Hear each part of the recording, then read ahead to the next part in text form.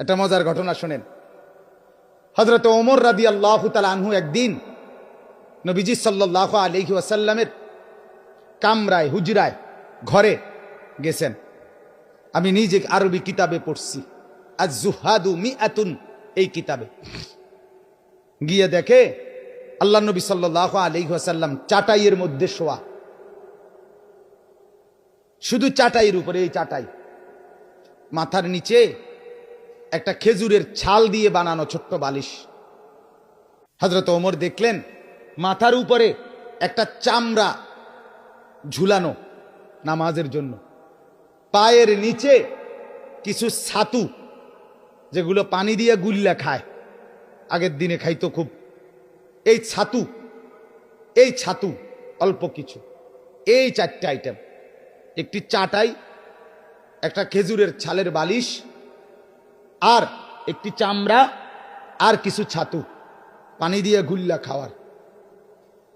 নবীজি সাল্লাল্লাহু আলাইহি সাল্লাম হযরত ওমর দেখলেন ওয়াকাদ আসারা ফি জামবিহি, নবীজির পুরা দেহের মধ্যে দাগ দাগ, চাটাইয়ের দাগ দাগ পড়ে গেছে। যেহেতু আল্লাহ নবী সাল্লাল্লাহু আলাইহি ওয়াসাল্লাম কায়নাতের সর্বশ্রেষ্ঠ সুন্দর ছিলেন, কাজে দাগ তো পড়বেই।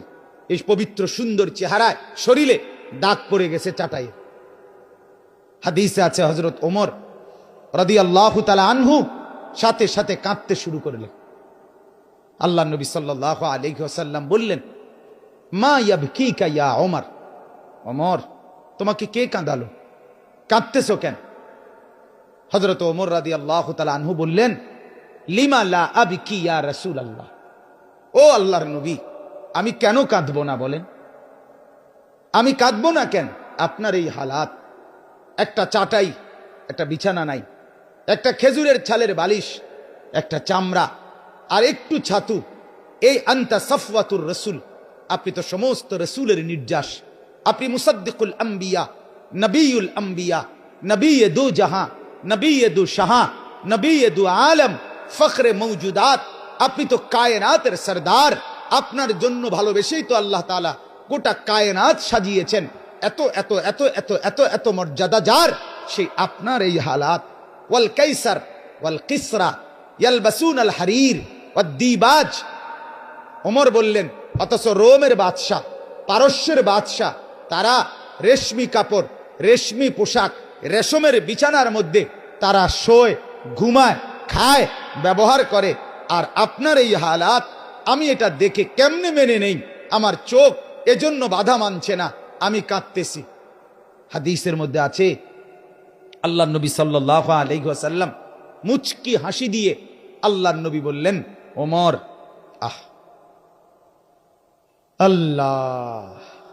আল্লাহ নবী বললেন, ওমর, আমা তারদা আন তাকুনা লানাল আখিরাহ ওয়া লাহুমুদ দুনিয়া, ওমর তুমি কি এতে খুশি হবে না যে আমরা আখিরাত থেকে নেব, ওরা দুনিয়া থেকে নেয়? আমরা আখিরাত থেকে নেব ওমর, ওরা দুনিয়া থেকে নেয়। হযরত ওমর চোখ মুছে বললেন, ইয়া রাসূলুল্লাহ, আল্লাহর কসম, আমি এতেই রাজি, আমি আখিরাত থেকেই নেব। এজন্য আমরাও বলি আলহামদুলিল্লাহ, ৬,০০০ টাকা মসজিদের ইমাম, ৮,০০০ টাকা বেতন, মুয়াজ্জিনের বেতন ৪,০০০ টাকা, আমাদের এই মাদ্রাসাগুলোর উস্তাদদের বেতন ৮,০০০, ১০,০০০, ৬,০০০, ৭,০০০ টাকা। খোদার ৩০ দিন আল্লাহর দেওয়া হালালভাবে স্ত্রী সন্তান নিয়ে চালাচ্ছে, আল্লাহর উপরে তাওয়াক্কুল করে, আর এই আশায় মাওলা আখিরাত থেকে নেব, জান্নাত থেকে নেব। আমরাও আলহামদুলিল্লাহ একথা যেন বলে যে মাওলা সুদখোরেরা দুনিয়া নেক, ঘুষখোরেরা দুনিয়া নিয়ে যাক, বাটপাড়ার চিটার, অবৈধ উপার্জনকারী, চোর ডাকাতার ছিনতাইকারী, অবৈধ সম্পদ লুণ্ঠনকারী নাফরমানগুলো, এগুলো দুনিয়া নেক, আমরা আখিরাত থেকে নেব ইনশাআল্লাহ, আখিরাত থেকে নেব। আরে বাপ, আমি পরিষ্কার বলি, আমরা মাদ্রাসায় পড়ছি, আমরা বোকা না, আমরা বেকুব না। অর্থ উপার্জন করার জন্য নেশা, এটা আমরাও বুঝি। তুমি বাবা, আপনারা যদি পাঙ্গাস তেলাপিয়া ভাত মাছ খাইয়া বড় হন, তো আমি ছোট্টবেলার থেকে মুড়ি খাইয়া বড় হয়েছি না?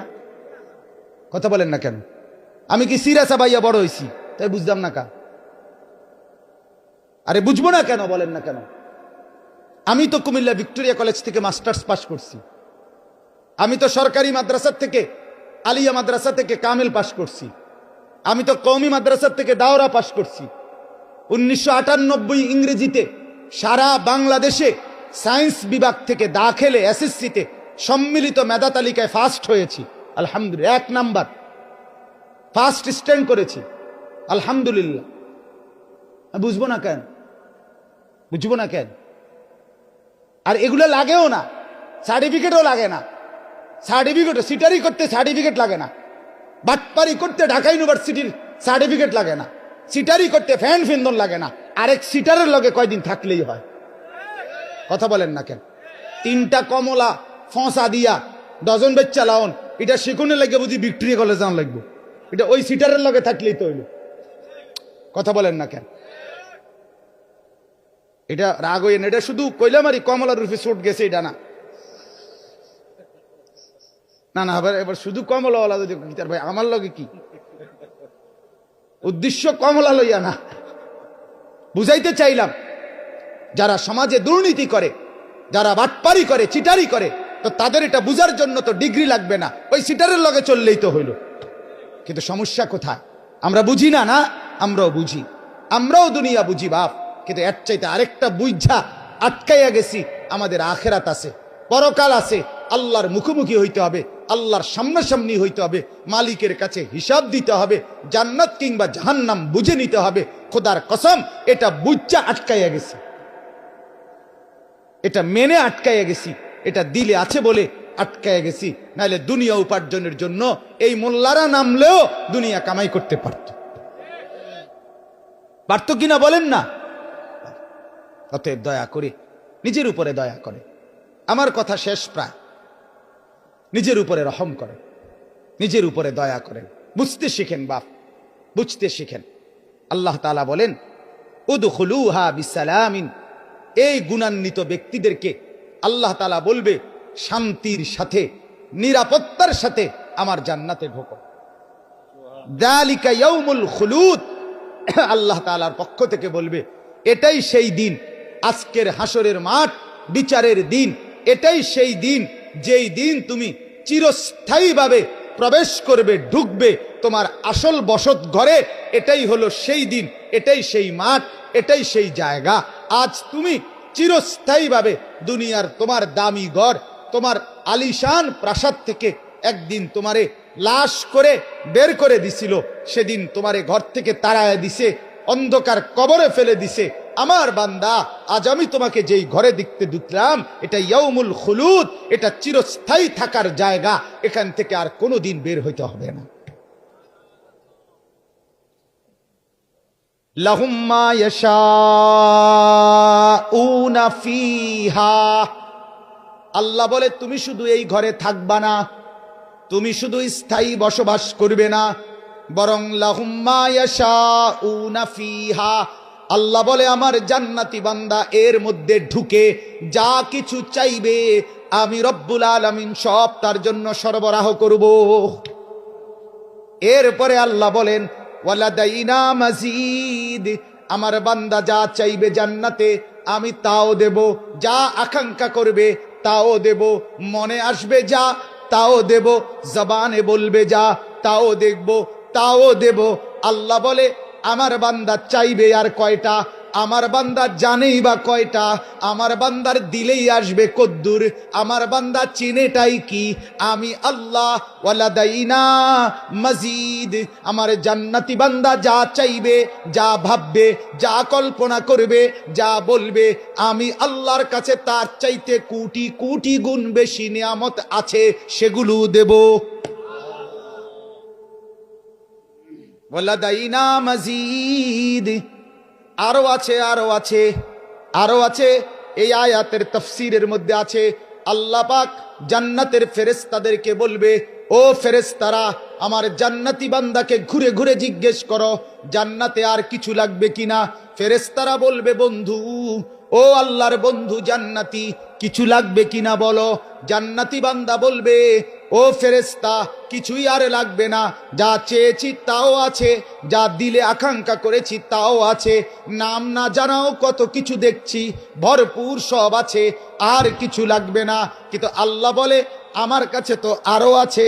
ফেরেশতাকে আল্লাহ বলবে, ফেরেশতা আমার বান্দা জান্নাতি বলেছে আর কিছু চাইবে না, আর কিছু লাগবে না, কারণ সে তো আর কিছু জানে না। যাও এইবার আমি রব্বুল আলামিন আমার শ্রেষ্ঠ নেয়ামত আমার জান্নাতি বান্দাকে দেব। আল্লাহ বলবেন ফেরেশতা আমার 70,000 নূরের পর্দা সরায়া দাও, আমি আল্লাহ আমার জান্নাতি বান্দাকে আমার নিজের দিদার দান করব।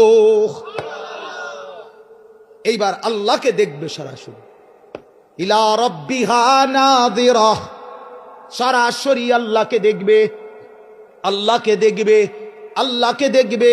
ওয়ালাদাইনা মাজিদ, আল্লাহকে দেখবে।